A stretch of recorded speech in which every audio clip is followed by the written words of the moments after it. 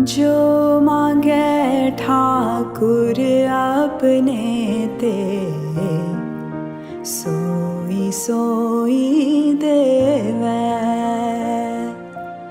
जो मांगे ठाकुर अपने ते सोई सोई देवै।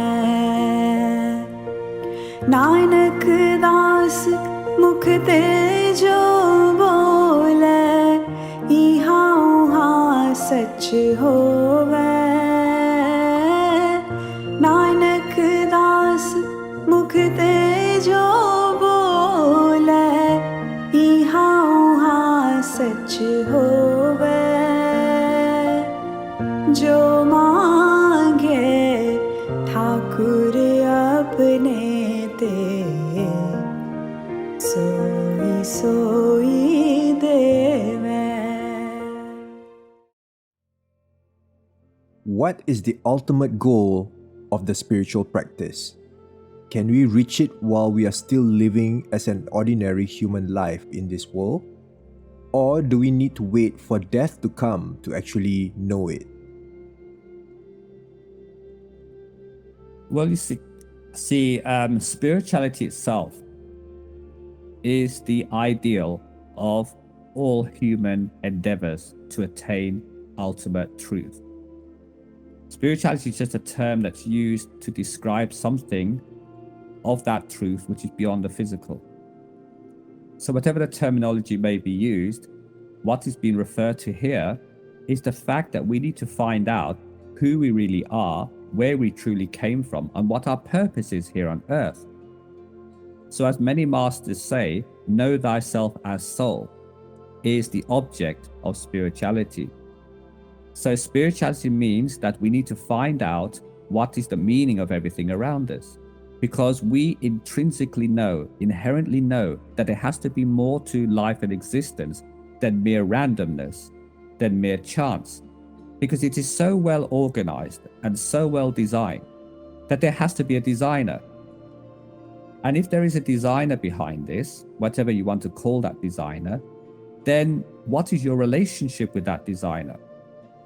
So when you're looking at this more closely, if you have that interest as a spiritual practitioner, you start investigating who has the answers to these questions here on earth.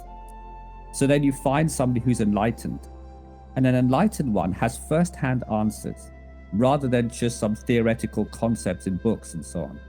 And an enlightened one can describe to you directly what is fact from fiction, and knows what is true in the books and what is not true in the books. So spirituality itself is a necessity for all human beings, simply because there is nowhere else for them to go as a human being here in the physical realm. They say that humans are the height of creation, they're the top of creation. Even the holy masters claim this, that there's nothing more advanced than the human form. If that is the case, and evolution has taken you to the maximum level, from the amoeba through to the plants, through the insects, animals, fish, and eventually human, then what is left after attaining the human state? So there is a means by which we can escape the limitation of the physical form and go beyond the physical. So spirituality is nothing more than introducing us to our higher existences beyond the physical, because as human beings we carry within us a mind and we carry within us a soul, and each one of these has its own origin beyond the physical. So when somebody dies, for example, or even a near-death experience, their mind still carries on. They carry on seeing things and witnessing things beyond clinical death. Now if we're purely just bodies, then when we actually are clinically dead on the table, on the operating table, we should have no experience at all. We should have no recollection of what was going on. Yet countless numbers of people have reported that even after they were declared dead, and they're clinically dead, I mean brain death, they can still see everything that's happening, relate conversations, and even travel to regions slightly beyond the physical, and then have to come back. How are they able to report accurately such thing? There is no way for them to have known that so-and-so was talking in the corner here, or that this person came in and walked out of the room. How could they know that if they're clinically dead? Unless death is just death of the mortal body, but not of the being. Similarly, those people who meditate or practice say that, hold on, there's even another form of us beyond the mind. That the mind itself is just a temporary character or mindset that we have acquired for this particular life. But that doesn't mean that's our entire truth. That there's something even beyond that, that drives the mind itself, that creates these characters to have fun in creation. And this thing beyond the mind has been termed the soul, our true self. So the idea of spiritual practice is to get to the highest point possible, which is crossing the state of limited physical existence, crossing the state of mental or mind existence, and reaching the state of the soul. And even then, finding out where the soul originates from the one soul, or the super soul, or the totality of souls, as some refer to it. So the aim of spiritual practice is to reach the ultimate goal of our origin and our truth. And can we reach it while we're living in a human body? Naturally, because this knowledge would not be made available to you in human form if it wasn't possible for you as a human being to attain it. You have to wait until you get to another level of existence, and only then it would be taught. The mere fact that holy masters come here and enlightened ones to teach this to you means that you are perfectly capable as a human being of attaining it. So what conditions do you need to attain this? Now, many perceptions of philosophers or scholars have come in the way of this, and they've created systems based upon their own human understanding often. And these systems include certain things like punishments, tortures, or restricting the body in some way in order to attain such a high goal, thinking that only such a prize can only be won by causing more suffering to the body than there already exists. They haven't had enough with life suffering. They want to add more punishment, like starving themselves, going on pilgrimages barefooted, bowing down to idols countless numbers per day, and many other things that certain practices are taught among communities as a way to realize the truth. But if we think about this logically, really, is this the way forward? Is this the way we should be living? Would the benevolent or merciful being, as all religions talk about the Lord being merciful and kind and compassionate, would such a being want us to punish ourselves more than we already are punished by being separated from him and living in this difficult world? Would they want us to punish us even more just to attain him?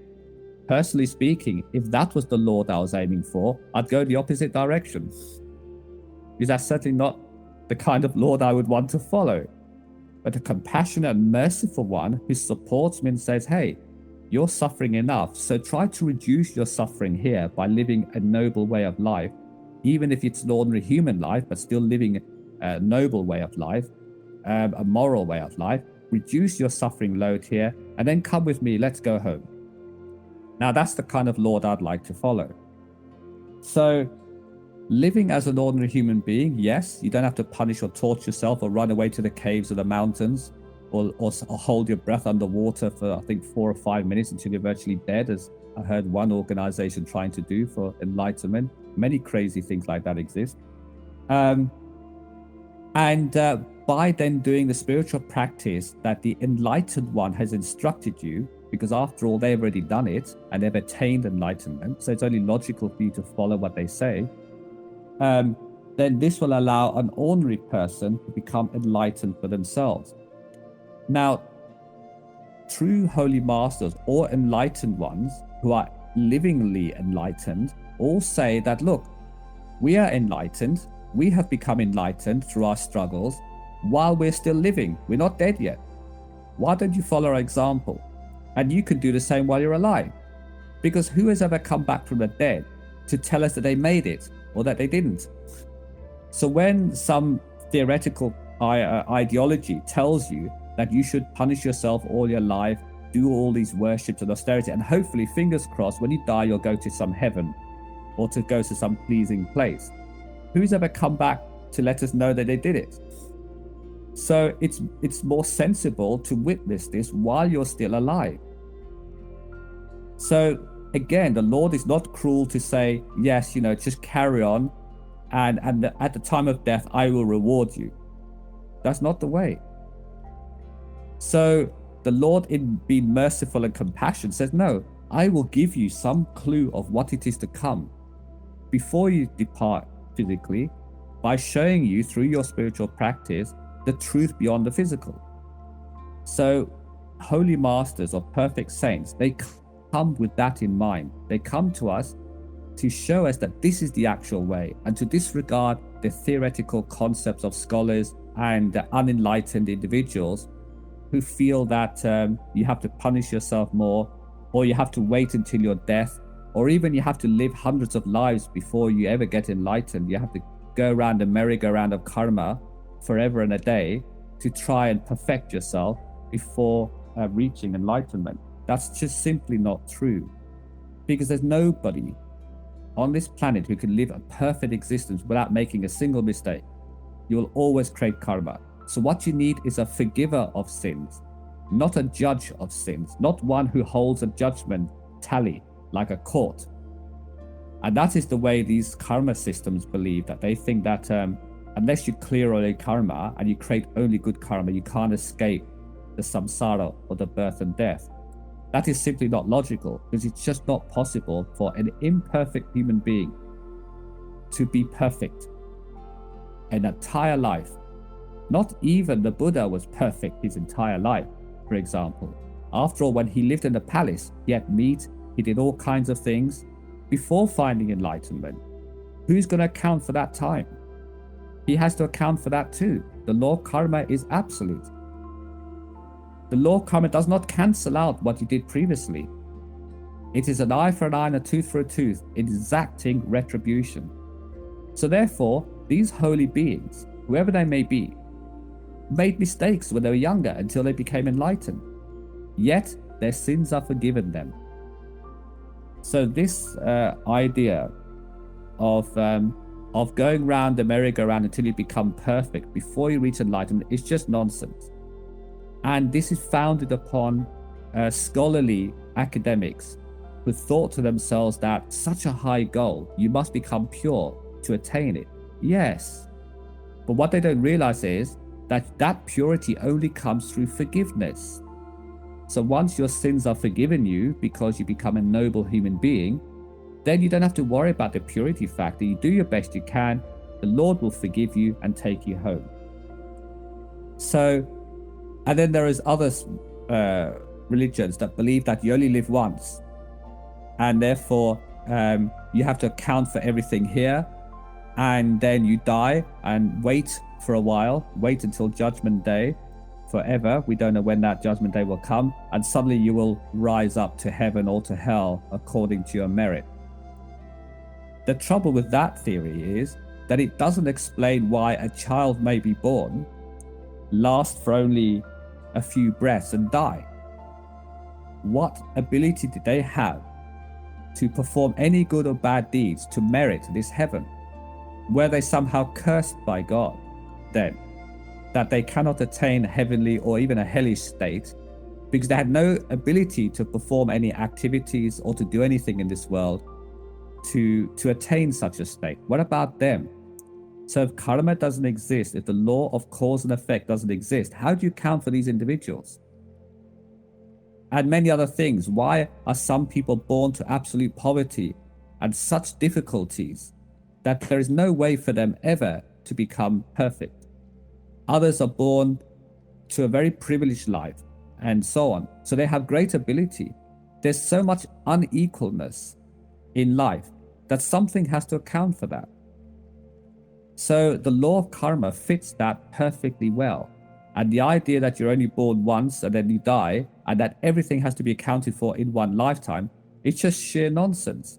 It's just not even logical when you look at the diversity of life that exists here on earth. there has to be some sort of ongoing evolution or development of beings appearing on earth to allow them to improve themselves to the point that they can be saved and forgiven and then go home to the kingdom of God. So this is the problem of misinformation that many modern day religions and other groups, philosophies and so on propagate without really thinking it through. So although these scholars say, we're a religious scholar, we've studied the books, yes, but they're not very clever. Simply a parrot, you can train a parrot to memorize a book and give the same teachings. But if they really think deeply about the whole concept, then they'd come to the conclusion that the scriptures, or as it is written, as it is recorded, not the original scriptures that were given by the Holy Visitor, but as it is recorded later by man, are maybe not complete or maybe not accurately interpreted and need revisiting and need rethinking. So what do? Find somebody who's competent, find somebody who's enlightened, find somebody who can know firsthand, seek them out and ask them that question. You see? And then you'll come to the same conclusion that I've just mentioned now with the answer of, of what happens at the time of death. Why do we need to live a spiritual way of life, and how we should live life. So I hope that's rather long, but hopefully it's a complete answer.